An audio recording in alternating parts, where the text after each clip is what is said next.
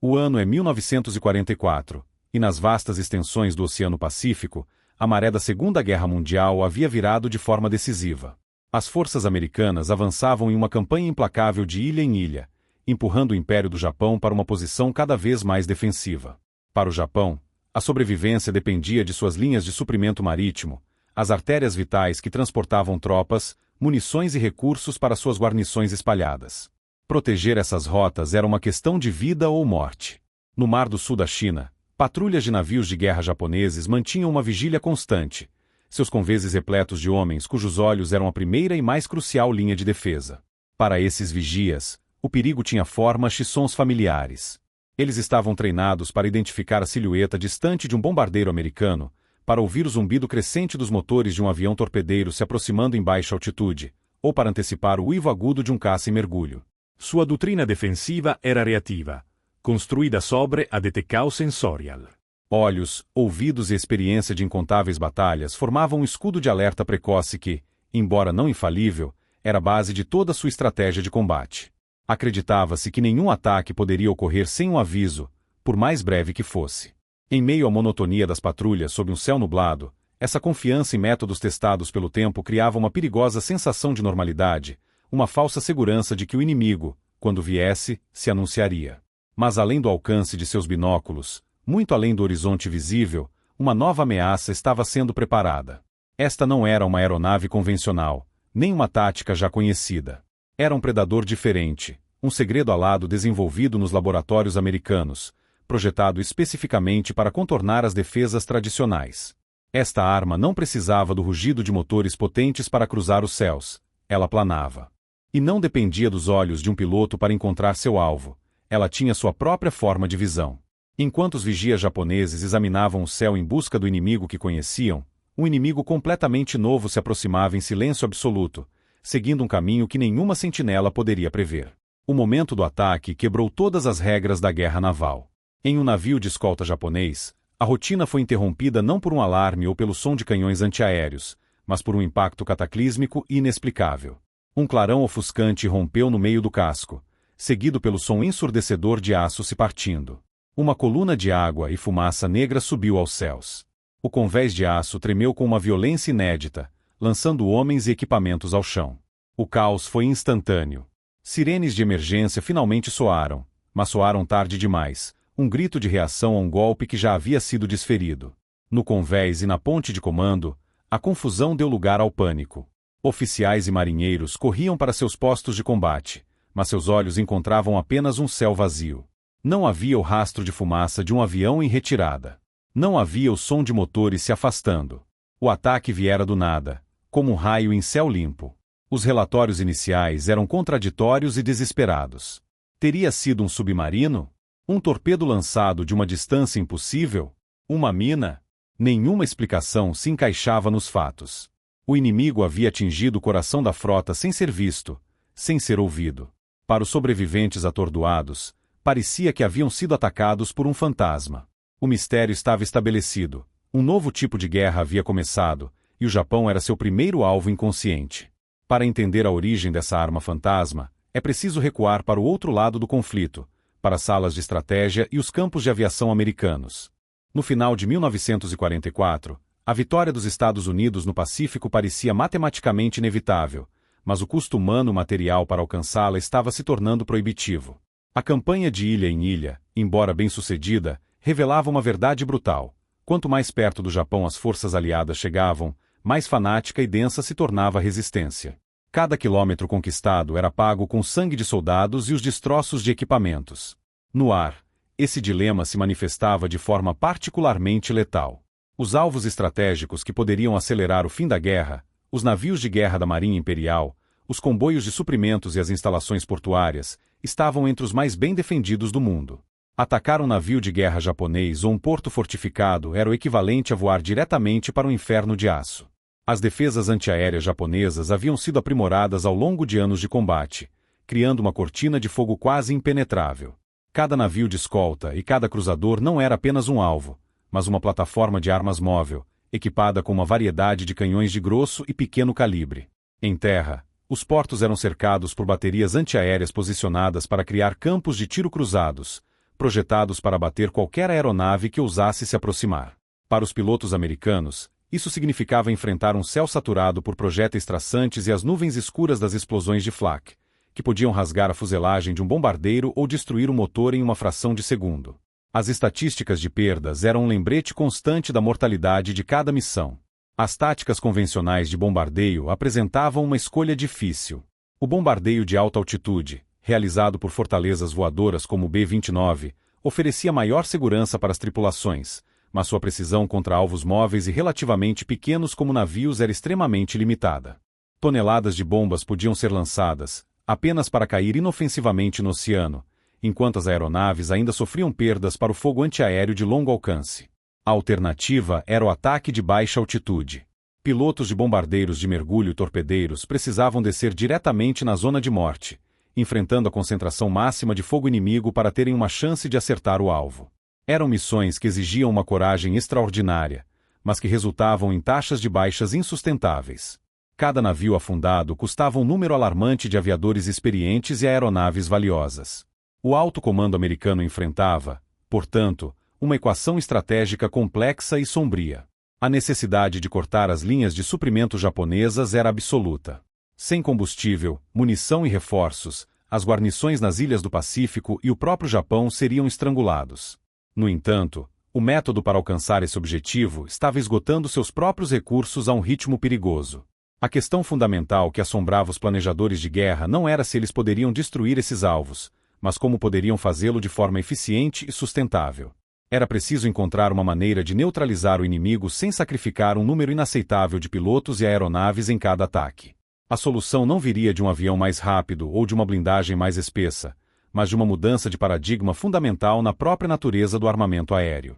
A resposta estava em desenvolver uma arma que pudesse fazer o trabalho perigoso sozinha, uma arma que pudesse ser lançada de uma distância segura, fora do alcance daquelas defesas mortais, e que encontrasse seu próprio caminho até o alvo. Enquanto a engenharia americana buscava soluções no campo da eletrônica, o comando japonês permanecia firmemente ancorado em métodos de defesa testados por anos de conflito. Sua doutrina era fundamentada em uma confiança profunda na capacidade humana de observação e na crença de que a guerra, por mais caótica que fosse, seguia padrões reconhecíveis. Para a Marinha e o Exército Imperial, a defesa não era uma questão de inovação tecnológica radical, mas de aperfeiçoamento contínuo de técnicas tradicionais. A base de toda sua estratégia defensiva contra ataques aéreos e navais repousava sobre dois pilares sensoriais primários: os olhos e os ouvidos de seus soldados. A disciplina, o treinamento exaustivo e a vigilância constante eram vistos como as armas mais eficazes contra a superioridade material do inimigo. A primeira e mais crítica camada desse sistema era a detecção visual. Em cada navio de guerra, desde o menor contratorpedeiro até o maior encouraçado, postos de vigia eram ocupados ininterruptamente. Homens equipados com binóculos de alta potência passavam horas a fio varrendo o horizonte, o céu e a superfície do mar. Em terra, torres de observação e postos costeiros cumpriam a mesma função.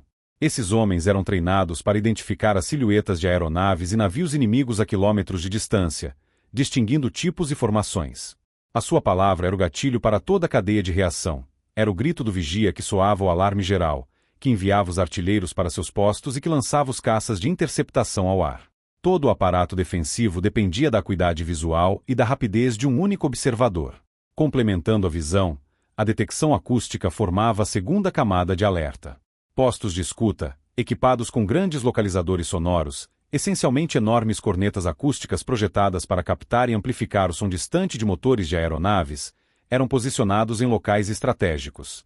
O objetivo era fornecer um aviso prévio antes mesmo que o inimigo se tornasse visível, especialmente durante a noite ou em condições de baixa visibilidade. Operadores treinados podiam, com alguma precisão, determinar a direção e, por vezes, o tipo de formação que se aproximava apenas pelo som. Embora a eficácia desses sistemas estivesse diminuindo com o aumento da velocidade e da altitude das aeronaves modernas, eles ainda eram uma parte integrante da rede de defesa, um testemunho da confiança japonesa em métodos sensoriais diretos. Essa dependência de olhos e ouvidos era reforçada por uma premissa fundamental que governava o planejamento defensivo japonês: a previsibilidade do inimigo. Com base na experiência de combate, os oficiais japoneses haviam mapeado os padrões de ataque americanos. Eles sabiam que os bombardeiros de mergulho, como o da Untles, iniciavam seu ataque em alta altitude antes de mergulhar quase na vertical.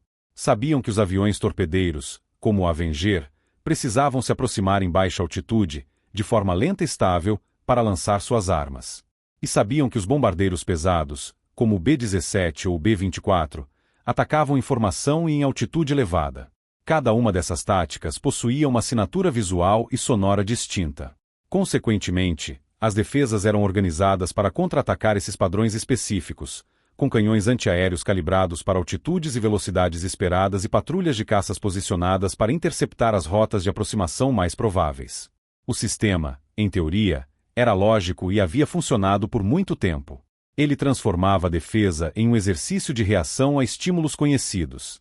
A confiança do comando japonês não era arrogância, mas o resultado de uma doutrina militar que valorizava a experiência e a tradição acima de tudo. Eles haviam construído um escudo robusto, projetado para parar as lanças e flechas que conheciam. O problema fatal, no entanto, era que esse escudo não tinha resposta para uma ameaça que não se anunciava, que não seguia as regras e que não podia ser detectada pelos sentidos humanos.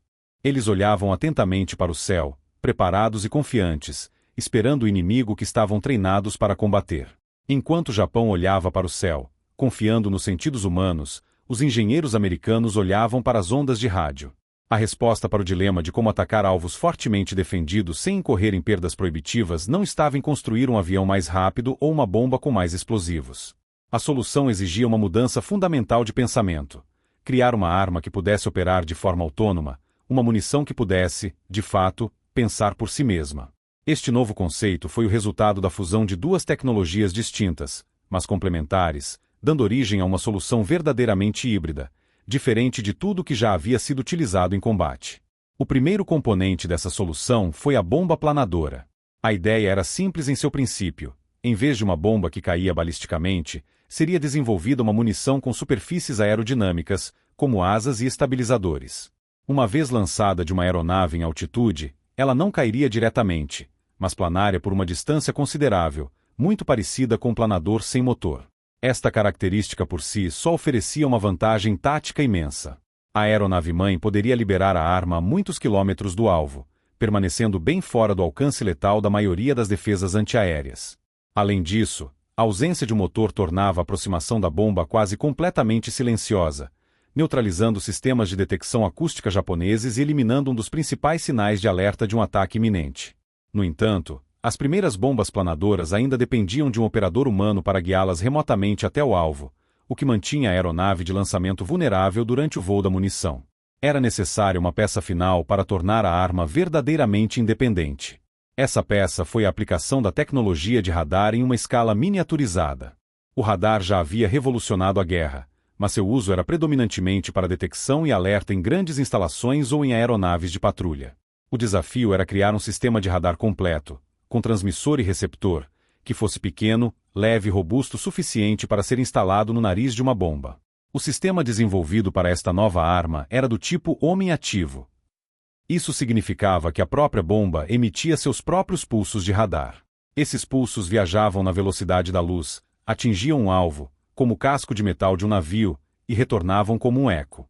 Um receptor sensível na bomba captava esse eco, e um computador analógico a bordo processava a informação, calculando a direção e a distância do alvo. Com base nesses cálculos, o sistema ajustava automaticamente as superfícies de controle da bomba, corrigindo seu curso para seguir o reflexo do radar até o impacto. A combinação desses dois conceitos foi o que tornou a arma tão revolucionária. Era a união da aerodinâmica de longo alcance com a eletrônica de precisão. O resultado foi a primeira munição guiada totalmente automática e operacional do mundo, um sistema do tipo dispare e esqueça.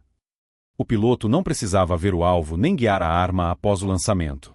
Sua única tarefa era voar até um ponto de lançamento pré-determinado, liberar a munição e retornar à base. A partir daquele momento, a arma estava por conta própria. Ela planária silenciosamente em direção à área do alvo, e ao detectar um navio com seu radar, iniciaria seu ataque final, ajustando sua trajetória de forma autônoma para garantir um acerto. Pela primeira vez na história da guerra, uma munição não era apenas lançada em uma direção, ela caçava ativamente seu alvo. Era uma arma que podia ver por si mesma, usando ondas de rádio invisíveis onde os olhos humanos eram inúteis. Todo projeto militar secreto necessita de um nome, uma designação para mascarar sua verdadeira natureza e facilitar a comunicação entre aqueles que conhecem seus detalhes. Para esta nova arma planadora guiada por radar, a designação oficial era técnica e impessoal, ASMN-2. Mas o codinome escolhido para o projeto foi muito mais descritivo, em retrospecto, perfeitamente apropriado, BAT, a palavra em inglês para morcego. A escolha estava longe de ser aleatória. Ela encapsulava de forma brilhante o princípio fundamental por trás da operação da arma, transformando um conceito de engenharia complexo em uma analogia biológica imediatamente compreensível. O morcego, um mamífero noturno, navega e caça na escuridão completa através de um processo biológico conhecido como ecolocalização. Incapaz de usar a visão em ambientes sem luz, o animal emite uma série de pulsos sonoros de alta frequência, muito agudos para a audição humana. Essas ondas sonoras viajam pelo ar, e ao encontrar um objeto, seja um obstáculo como uma parede de caverna ou uma presa como um inseto, elas ricocheteiam e retornam ao morcego na forma de um eco. As orelhas altamente sensíveis do animal captam esses ecos, e seu cérebro processa instantaneamente as informações contidas neles. Ao analisar o tempo que o eco leva para retornar e a direção de onde ele vem, o morcego constrói um mapa mental tridimensional de seu entorno, permitindo-lhe ver com o som. Ele pode determinar a localização, o tamanho e até a trajetória de sua presa, tudo sem um único fóton de luz. Esta notável capacidade da natureza serviu como uma analogia direta e precisa para o funcionamento da nova arma americana. A bomba BAT era, em essência, um morcego tecnológico. O grito do mamífero foi substituído por um transmissor de radar compacto instalado em seu nariz. As ondas sonoras foram trocadas por pulsos de ondas de rádio invisíveis. Assim como o morcego, a arma emitia ativamente seu próprio sinal para o ambiente à sua frente. Quando esses pulsos de rádio atingiam o casco de metal de um navio inimigo, eles eram refletidos de volta, criando um eco eletrônico. Um receptor sensível na arma captava esse eco, e um sistema de guiagem interno, o cérebro eletrônico da bomba, analisava o sinal de retorno. Ele calculava a posição exata do alvo e enviava comandos para os lemes e ailêrons da bomba, ajustando continuamente sua trajetória de voo para manter o curso em direção à fonte do eco. O codinome, portanto, era perfeito. A arma caçava não com olhos, mas com ouvidos eletrônicos. Operava em um mundo sensorial que estava além da percepção humana, exatamente como o animal que lhe deu o nome.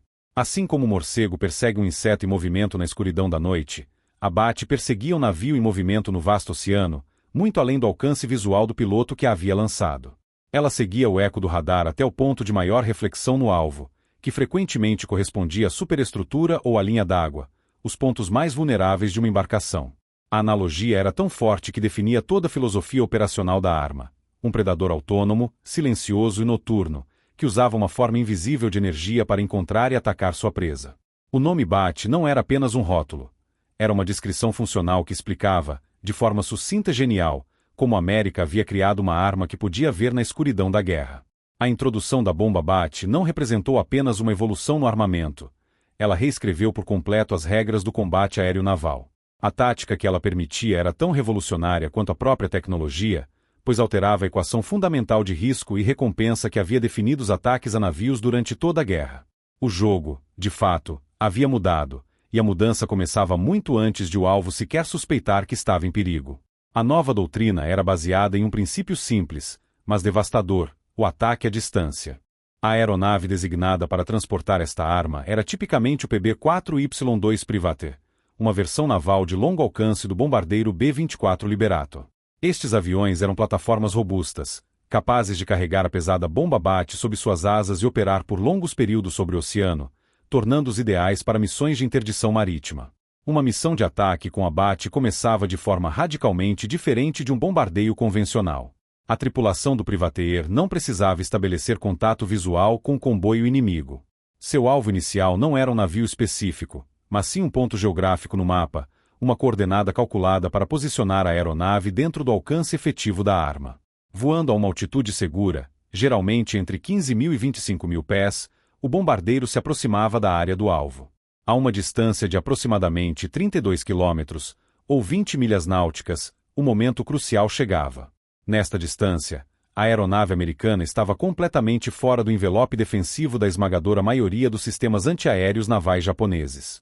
As tripulações inimigas abaixo, mesmo que detectassem a presença distante do avião no radar, não teriam meios eficazes para combatê-lo. Nesse ponto seguro, o bombardeiro liberava abate. No instante em que a arma se desprendia da asa, a responsabilidade da tripulação humana terminava. Este era o nascimento do princípio dispare e esqueça, um conceito que definiria o futuro da guerra guiada. O piloto não precisava mais mergulhar através de uma cortina de fogo, nem manter um curso estável e vulnerável para um ataque com torpedos. Ele não precisava sequer permanecer na área para observar o resultado. Uma vez que abate estava no ar, a missão do privateer estava essencialmente completa. A aeronave podia imediatamente iniciar uma curva suave, dar meia volta e começar sua longa jornada de retorno à base. A tripulação, que em uma missão convencional estaria no momento de maior perigo, estava agora a caminho de casa, muito antes de as defesas inimigas terem a chance de disparar um único tiro em sua direção. Enquanto o avião-mãe se retirava para a segurança, Abate começava sua própria jornada solitária e silenciosa. Sem motor para denunciar sua aproximação, ela planava em direção ao alvo, uma silhueta escura e aerodinâmica contra o céu. Era a arma, e não mais o avião, que entrava na zona de morte. Ela se tornava o único combatente na fase terminal do ataque, um emissário de destruição autônomo que carregava todo o risco. Para os estrategistas americanos, essa transferência de risco da tripulação e da aeronave para uma munição descartável era o benefício mais significativo. Pilotos expérientes, bombarderos multimotor et rames recursos preciosos e difficiles de substituir. Abate permitia que esses recursos fossem preservados, transformando o ato de atacar um navio de guerra de um duelo mortal em um procedimento técnico executado a uma distância segura.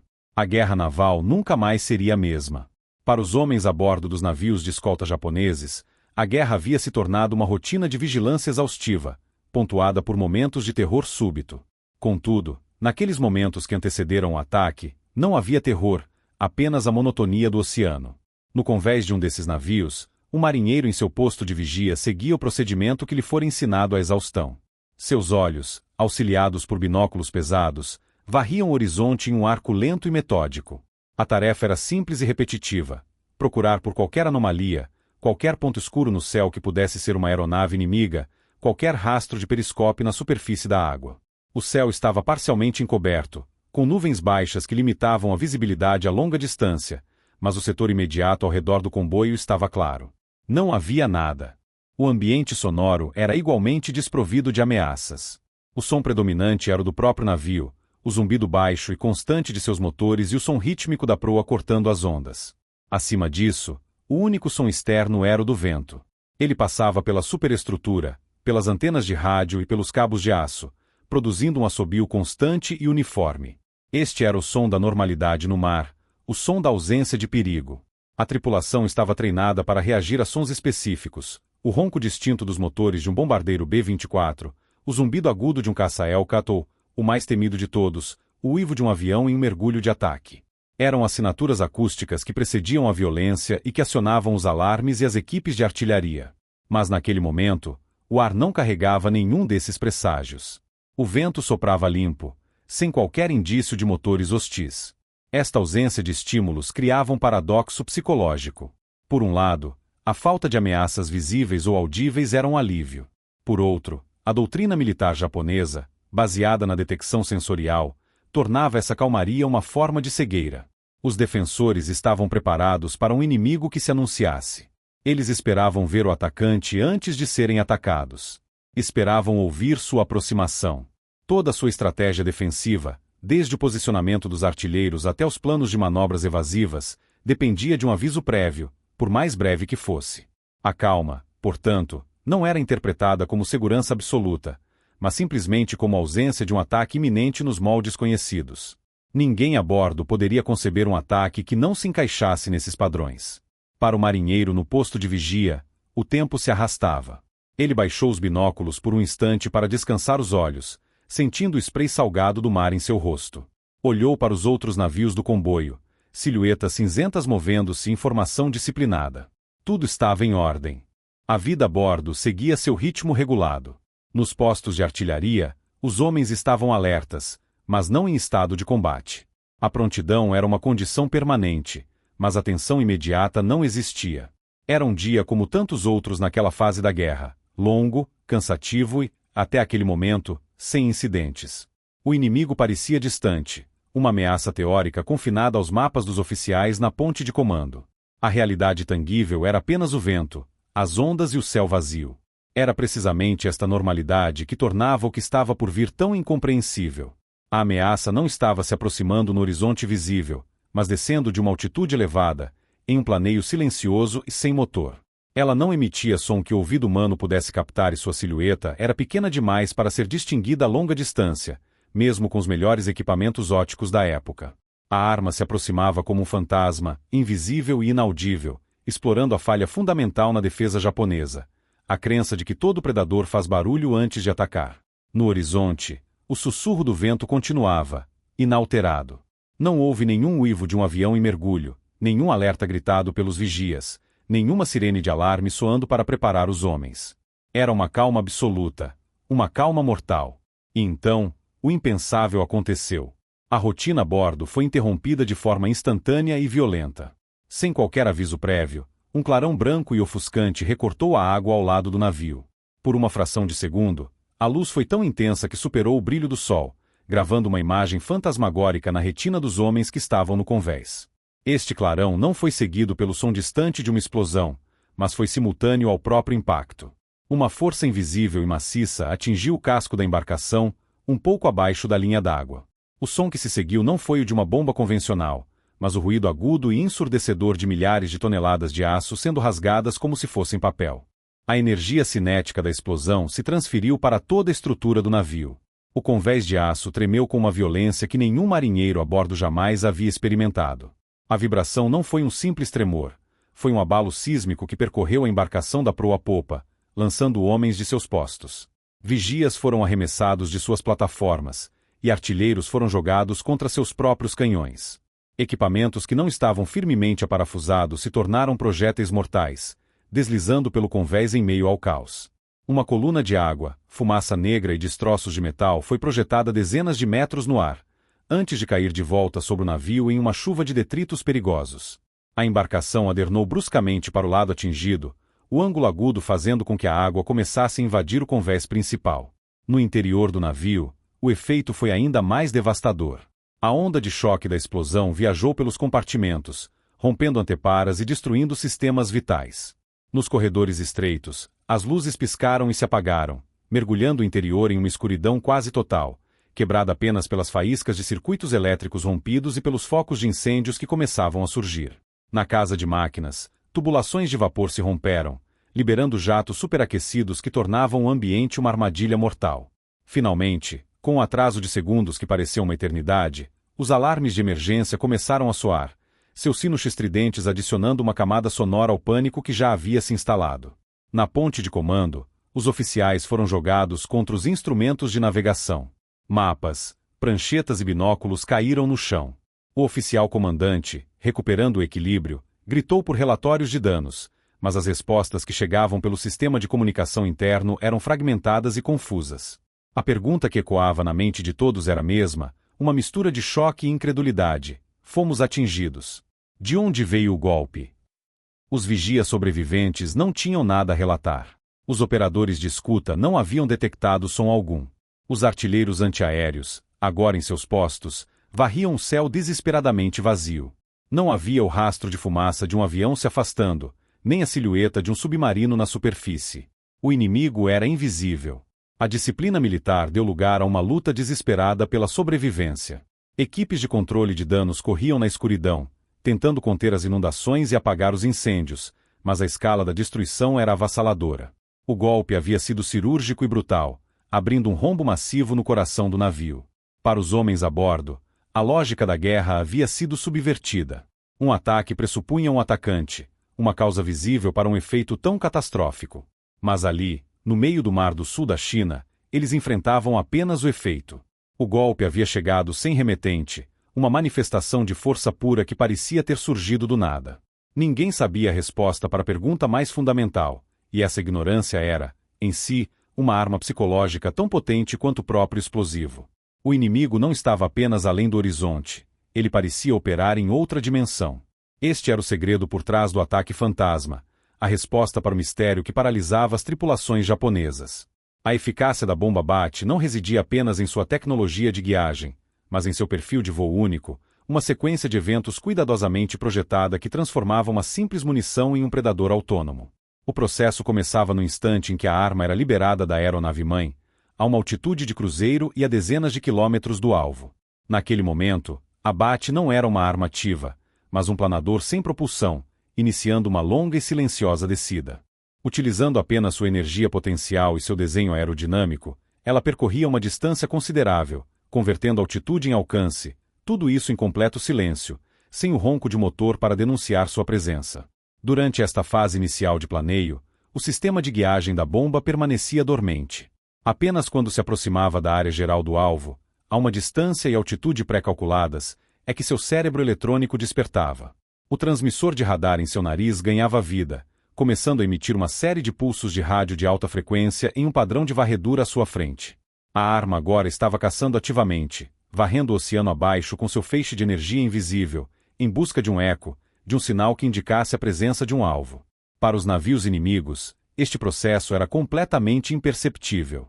As ondas de rádio eram invisíveis e indetectáveis por qualquer equipamento que eles possuíssem a bordo. O momento decisivo ocorria quando esses pulsos de rádio atingiam o casco de metal de um navio. A superfície metálica refletia a energia de volta para a bomba, criando um eco eletrônico. O receptor sensível na BAT captava este sinal de retorno e o sistema de guiagem o analisava instantaneamente. Ao confirmar um eco forte e consistente, o sistema travava no alvo. A partir daquele ponto, o navio estava marcado. A bomba agora tinha um único objetivo: seguir aquele eco até o impacto. Com o alvo adquirido, a BAT iniciava a fase terminal de seu voo, ajustando suas superfícies de controle para começar o mergulho controlado e preciso. Era neste mergulho final que a genialidade do sistema se revelava por completo. O voo não era uma linha reta e balística. O cérebro eletrônico da BAT executava um ciclo contínuo de cálculos, comparando a todo instante a sua própria trajetória com a posição do eco de radar. Se o navio-alvo tentasse uma manobra evasiva, mudando de curso ou velocidade, o sistema detectava alteração na posição do eco e compensava imediatamente. Pequenos atuadores elétricos, conhecidos como servomecanismos, moviam os ailêrons e os lemes da bomba, fazendo pequenas e constantes correções de curso. Cada ajuste era sutil, mas o efeito cumulativo era o de uma arma que perseguia ativamente seu alvo, antecipando seus movimentos e garantindo que a trajetória de interceptação fosse mantida até o último segundo. Este perfil de ataque autônomo era o que o tornava tão letal e eficiente. Ele dispensava por completo as manobras mais perigosas da guerra aérea. Não havia necessidade de um piloto mergulhar através de uma barreira de fogo antiaéreo, nem de executar múltiplas passagens para garantir um acerto. A BAT fazia todo o trabalho sujo sozinha, concentrando toda a complexidade e o risco em uma única e silenciosa jornada. Desde o momento do lançamento até o impacto final, era um processo contínuo e implacável, um planador silencioso que se transformava em um caçador eletrônico e, finalmente, em um projétil guiado com precisão cirúrgica. Era a execução perfeita de um único e letal voo de precisão. Para o comando japonês, a confusão nos conveses dos navios atacados era apenas o início de um problema muito maior. Esta confusão se propagava através das ondas de rádio, chegando aos postos de comando em terra na forma de relatórios de batalha urgentes, mas profundamente contraditórios. Os capitães sobreviventes, ao tentarem descrever o que havia acontecido, enfrentavam uma dificuldade fundamental: como relatar um ataque quando não se consegue identificar o atacante? Os primeiros despachos eram um mosaico de especulações e teorias apressadas, cada uma tentando encaixar um evento sem precedentes em categorias de guerra conhecidas. A análise tática inicial seguia um processo de eliminação lógico, mas frustrante. A primeira suspeita, um ataque submarino, era rapidamente questionada. Embora a explosão se assemelhasse à de um torpedo, não havia relatos de periscópios avistados nem dos característicos rastros de bolhas na água. Além disso, as patrulhas aéreas e navais anti-submarino não haviam detectado qualquer contato. A hipótese de uma mina naval também foi descartada. Os ataques ocorriam em mar aberto, em rotas de navegação patrulhadas, onde a presença de campos minados era altamente improvável. Restava a possibilidade de um ataque aéreo, mas esta era a teoria mais problemática de todas. Vigias experientes juravam que o céu estava vazio. Os postos de escuta não haviam captado o som de motores. Não houve o uivo de um mergulho, nem o brilho do sol refletindo em uma fuselagem. Diante da falta de evidências concretas, os relatórios começaram a empregar uma linguagem que refletia a perplexidade dos combatentes. Termos como explosões espontâneas surgiram em algumas comunicações, uma descrição que, embora imprecisa, capturava a sensação de um golpe vindo do nada. Outra designação que ganhou força foi a de torpedo aéreo.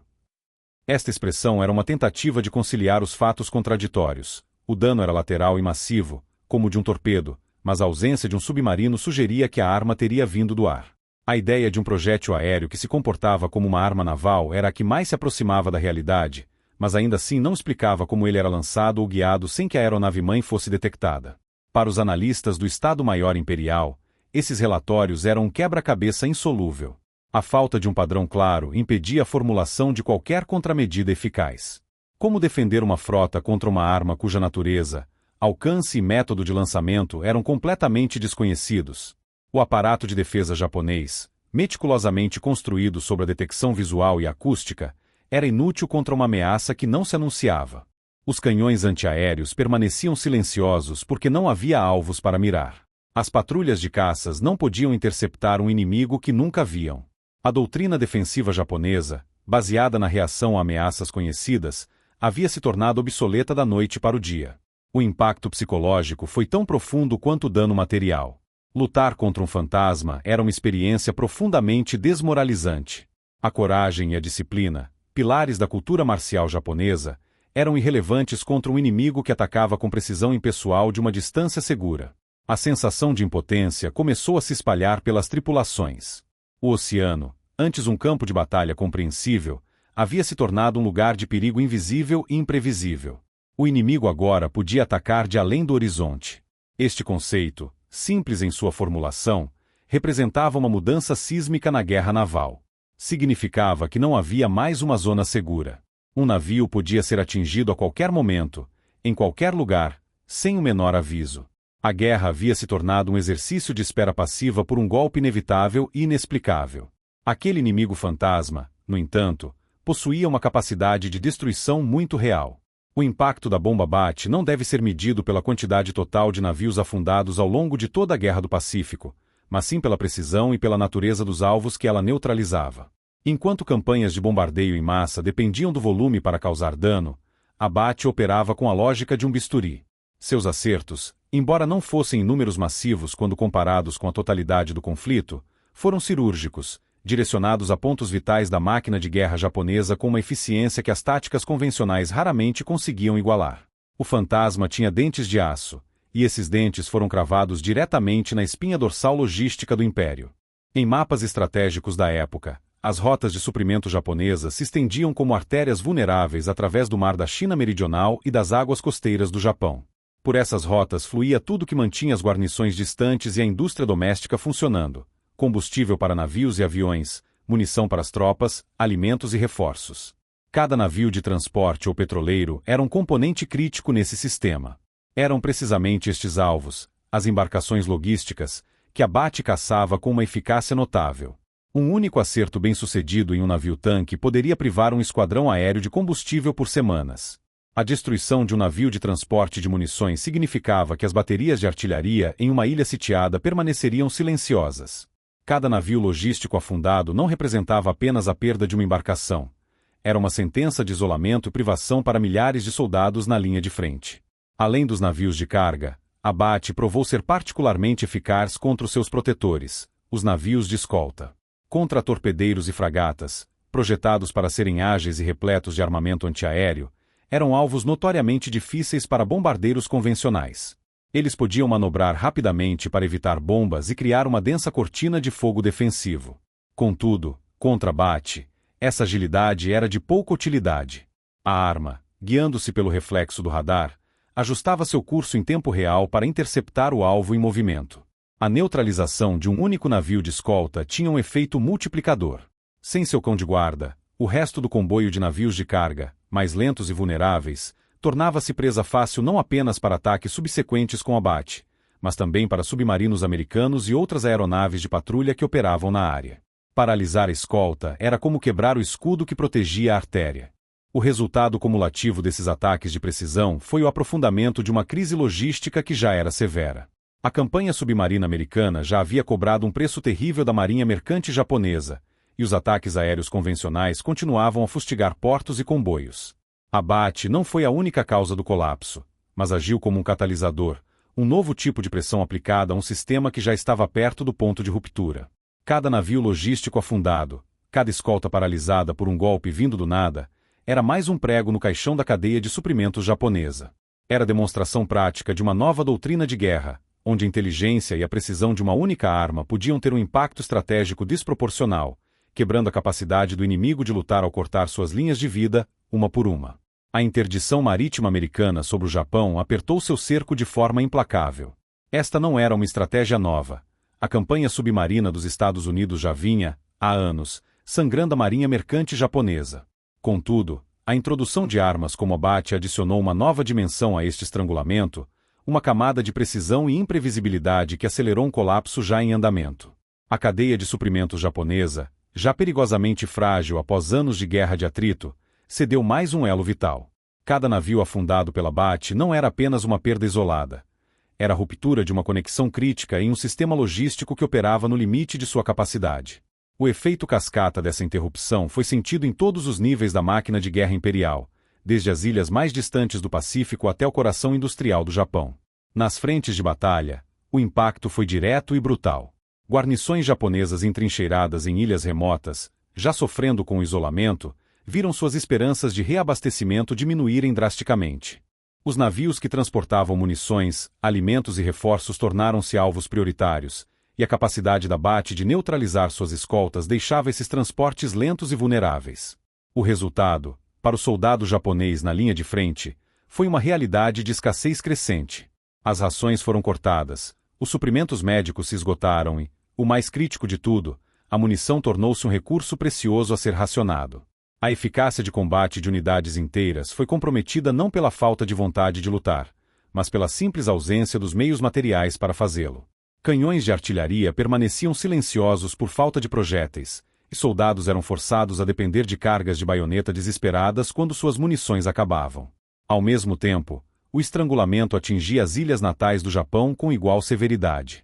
Como uma nação insular com recursos naturais limitados, a indústria japonesa dependia fundamentalmente da importação de matérias-primas. Petróleo do Sudeste Asiático, minério de ferro da China, borracha da Malásia e bauxita para a produção de alumínio eram o sangue que alimentava suas fábricas. Com a intensificação do bloqueio, o fluxo desses recursos vitais foi reduzido a um gotejamento. A perda de um único petroleiro no Mar do Sul da China significava que refinarias em Yokohama poderiam ter que reduzir a produção, o que, por sua vez, significava menos combustível de aviação para os pilotos da Força Aérea. A destruição de um navio de minério de ferro se traduzia diretamente em uma menor produção de aço nas usinas de Kure, resultando em menos navios, tanques e armas sendo construídos.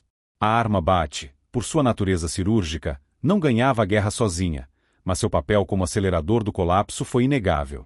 Ela atacava as artérias da máquina de guerra imperial.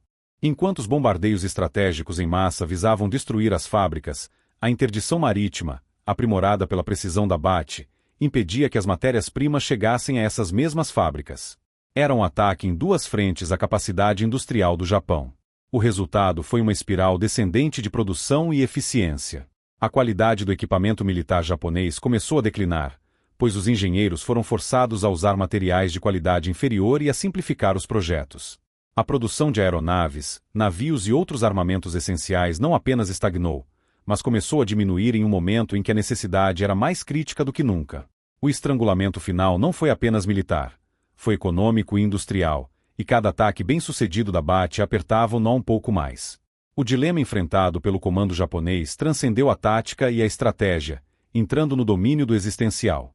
A questão fundamental que paralisava sua capacidade de reação era, em sua essência, assustadoramente simples: como lutar contra o que não se pode ver? E, de forma ainda mais crítica, como responder a um golpe que já o atingiu antes mesmo que você soubesse que estava sob ataque? Contra a ameaça representada pela bomba BAT, todo o aparato defensivo da Marinha Imperial, aprimorado ao longo de anos de combate sangrento, foi subitamente neutralizado, não por força bruta, mas por uma lógica de combate para a qual não havia resposta. Os canhões antiaéreos, antissímbolos de resistência feroz, tornaram-se monumentos silenciosos à sua própria obsolescência. Em navios por todo o teatro de operações, seus operadores permaneciam em seus postos, com os olhos varrendo um céu vazio, esperando um inimigo que nunca se materializava. A doutrina defensiva japonesa era uma cadeia de ações sequenciais, e a BAT quebrava o primeiro e mais fundamental elo, a detecção. Sem a detecção visual de uma aeronave ou a detecção acústica de seus motores, toda a cadeia entrava em colapso. Não havia alvo para os diretores de tiro rastrearem. Não havia vetor de aproximação para os artilheiros calcularem. Os canhões, perfeitamente calibrados para atingir bombardeiros em mergulho ou aviões torpedeiros em baixa altitude, não tinham como engajar uma munição pequena, sem motor e que seguia uma trajetória de planeio imprevisível. O próprio ato de defesa, uma reação visceral e treinada, foi negado aos combatentes japoneses. Eles eram forçados a uma passividade angustiante, esperando que o próximo clarão inexplicável não ocorresse em seu próprio navio. Essa impotência tecnológica teve um profundo impacto psicológico. A cultura marcial japonesa, com sua ênfase no espírito de luta, na coragem diante da morte e na disposição para o sacrifício, era uma força formidável em um combate convencional. Um piloto ou um artilheiro podia enfrentar probabilidades esmagadoras, impulsionado pela crença de que sua bravura poderia influenciar o resultado da batalha. Contra a BAT, no entanto, a coragem dos defensores era irrelevante. Não havia oportunidade para um ato heróico. Não havia um inimigo visível contra quem direcionar sua fúria ou sua determinação. A arma era um adversário impessoal, uma equação de física e eletrônica que não podia ser intimidada, combatida ou superada pela força de vontade. A batalha era decidida a quilômetros de distância, por engenheiros em laboratórios e por tripulações de bombardeiros que retornavam à base muito antes de o impacto ocorrer. O que os japoneses enfrentavam era, portanto, uma derrota tecnológica em sua forma mais pura. Não era uma falha de disciplina, de treinamento ou de moral. Era o confronto entre duas eras distintas da guerra. Enquanto o Japão ainda confiava nos sentidos humanos como a base de sua defesa, os Estados Unidos haviam dado um salto para a era da guerra eletrônica. O conflito não era mais apenas entre homens e máquinas, mas entre a percepção humana e a detecção por radar. E nessa disputa, o resultado era inevitável. As perdas infligidas pela BAT eram particularmente desmoralizantes porque ocorriam quase sem chance de resposta. O combate, se é que se pode chamar assim, era totalmente unilateral. O ataque era um fato consumado no momento em que a arma era lançada. Para as tripulações japonesas, a guerra havia se transformado de um duelo perigoso em uma execução à distância, na qual eles eram meros alvos, incapazes de revidar ou mesmo de compreender a natureza da força que os destruía. A Segunda Guerra Mundial foi, em grande medida, um conflito definido pela produção industrial e pela aplicação massiva de força. No domínio do poder aéreo, essa filosofia se manifestou na doutrina do bombardeio estratégico, cuja premissa era a de que a vitória poderia ser alcançada através da destruição avassaladora da capacidade industrial e do moral do inimigo. A principal ferramenta para executar essa doutrina era o bombardeio em área, ou bombardeio em tapete. Esquadrões de bombardeiros pesados, como o B-17 Flying Fortress e o B-24 Liberator, voavam em formação cerrada para lançar um grande volume de bombas sobre uma área pré-determinada, esperando que a pura quantidade de explosivos compensasse a falta de precisão individual. Essa abordagem era uma consequência direta das limitações tecnológicas da época. Mesmo com auxílio de miras avançadas como a Norden, a precisão era um ideal raramente alcançado na prática. Fatores como a altitude de voo, a velocidade do vento, a visibilidade, principalmente, o intenso fogo antiaéreo inimigo conspiravam para desviar as bombas de seus alvos. A solução aceita era a saturação. Se o objetivo era destruir uma fábrica ou um pátio ferroviário, a tática era cobrir toda a área circundante com explosivos, na esperança de que alguns deles atingissem o ponto vital. Essa realidade resultava em uma estatística brutal de ineficiência. Para neutralizar um alvo específico e resistente, como uma ponte, um bunker de submarinos ou um navio de guerra em um porto, eram necessárias centenas, por vezes milhares, de bombas. A métrica de sucesso era frequentemente medida em toneladas por alvo destruído. Missões envolvendo dezenas de aeronaves eram lançadas para garantir a destruição de um único objetivo estratégico. O custo era imenso, não apenas em termos de munições desperdiçadas que caíam inofensivamente em campos ou áreas civis, mas também em aeronaves abatidas e tripulações perdidas. Cada missão era uma aposta de alto risco, baseada na probabilidade estatística de que, em meio a uma tempestade de aço, alguns projéteis encontrassem seu caminho. A guerra aérea, em sua forma convencional, era um exercício de força bruta, onde a vitória era alcançada através de um volume esmagador de poder de fogo, não pela precisão. Em contraste direto com essa doutrina, a bomba BAT representava uma filosofia de combate radicalmente diferente. Ela não era uma arma de saturação, mas de aniquilação seletiva. O que Abate oferecia era a promessa de entregar uma única e poderosa ogiva de 1000 libras diretamente no alvo, com uma probabilidade de acerto que as bombas de queda livre não poderiam igualar. A sua lógica operacional invertia a equação da guerra aérea. Em vez de lançar centenas de bombas para garantir um acerto, uma única aeronave poderia lançar uma única bomba com alto grau de confiança em seu sucesso. Este era o nascimento de um novo paradigma militar, onde a inteligência da arma se tornava mais importante do que a quantidade de explosivo. A tecnologia de guiagem por radar ativo permitia que a própria munição corrigisse sua trajetória em tempo real, compensando o movimento do alvo e as variáveis ambientais, tarefas que antes dependiam da habilidade falível de um bombardeador humano sob o estresse extremo do combate. O impacto estratégico dessa mudança foi profundo. Uma única aeronave PB-4Y-2 Privateer, operando de uma distância segura e carregando uma ou duas bombas BAT, poderia realizar uma missão com o mesmo potencial de sucesso que antes exigiria um esquadrão inteiro de bombardeiros pesados. Isso significava uma economia drástica de recursos em todos os níveis. Menos aeronaves eram expostas ao fogo inimigo, reduzindo as perdas de equipamentos valiosos. Menos tripulantes eram colocados em risco, preservando a vida de aviadores experientes. O consumo de combustível e os custos logísticos de cada operação diminuíam exponencialmente. A eficácia não era mais medida em toneladas de bombas lançadas, mas na proporção de acertos por arma utilizada. No mar de neblinas e enganos da Guerra do Pacífico, onde alvos navais móveis e bem defendidos eram a norma, Abate provou uma nova e duradoura doutrina militar. A precisão invisível de uma única arma guiada valeu mais, estratégica e taticamente, do que toneladas de explosivos lançados às cegas, anunciando que o futuro da guerra não pertenceria apenas aos mais fortes, mas aos mais precisos.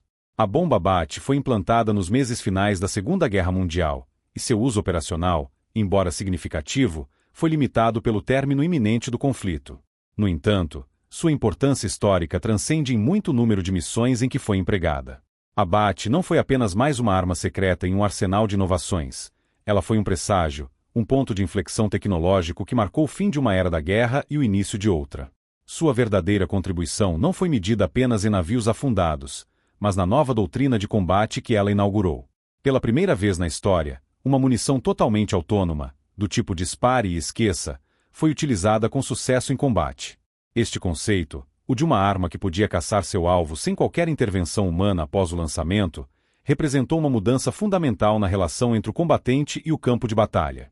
O legado da BAT se manifestou de forma clara e direta nas décadas que se seguiram.